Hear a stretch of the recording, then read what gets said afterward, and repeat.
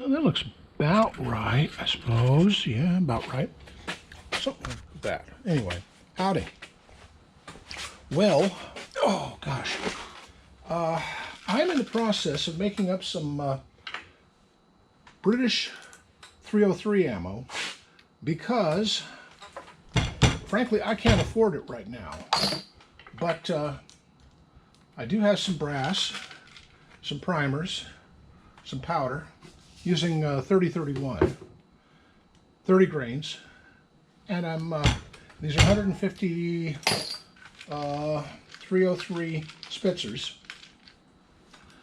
And the reason is I recently bought an SMLE, and not this weekend, not even next weekend, but soon, my cousin and I are going to head up in the hills and find a reasonable place to go shooting again, because the old place we were at may or may not be available for a while.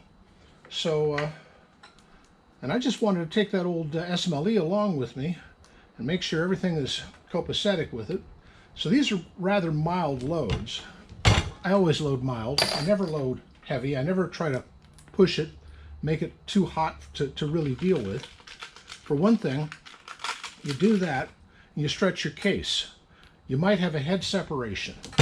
You might have all sorts of problems. And if you have problems, well, you have only your own self to blame.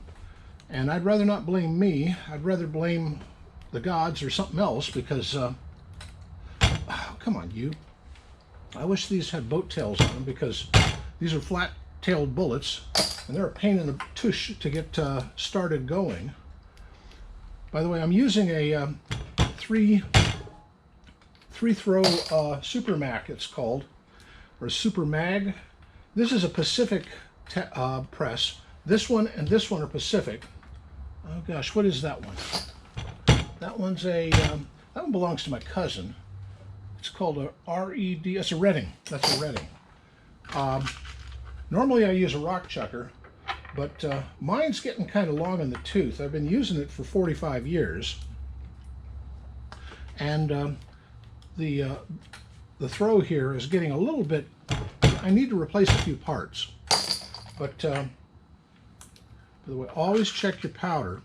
I mean, I double check when I inspected the tray, but it's an old habit of mine to always look at down the bore of that round before you put the bullet on. Make darn sure you're not overfilling or underfilling.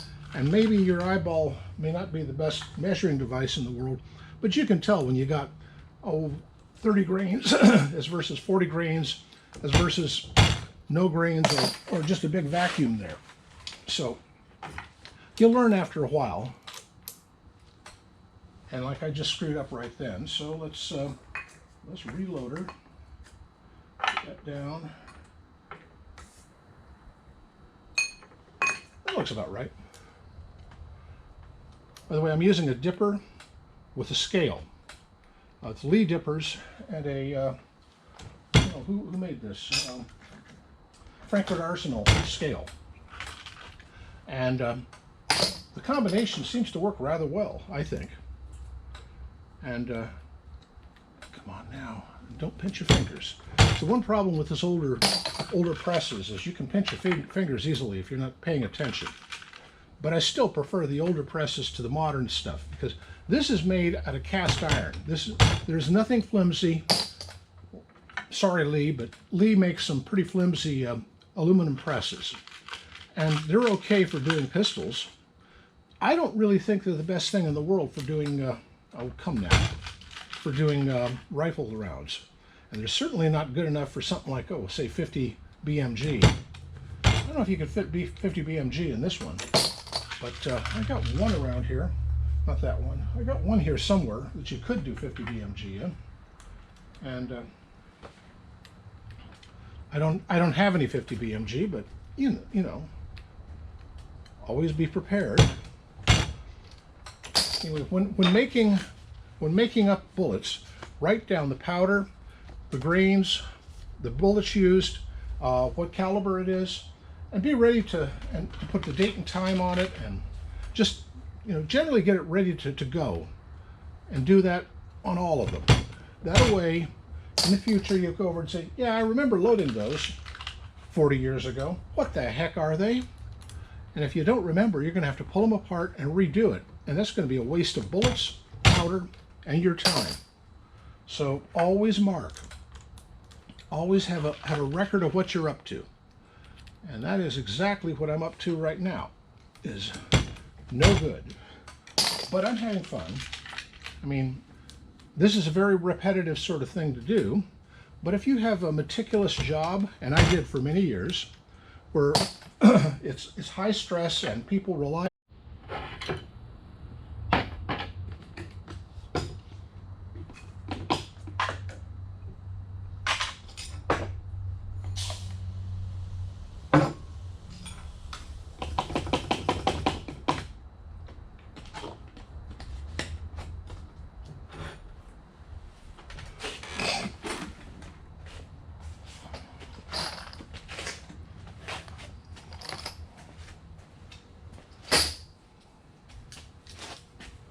I don't know for sure.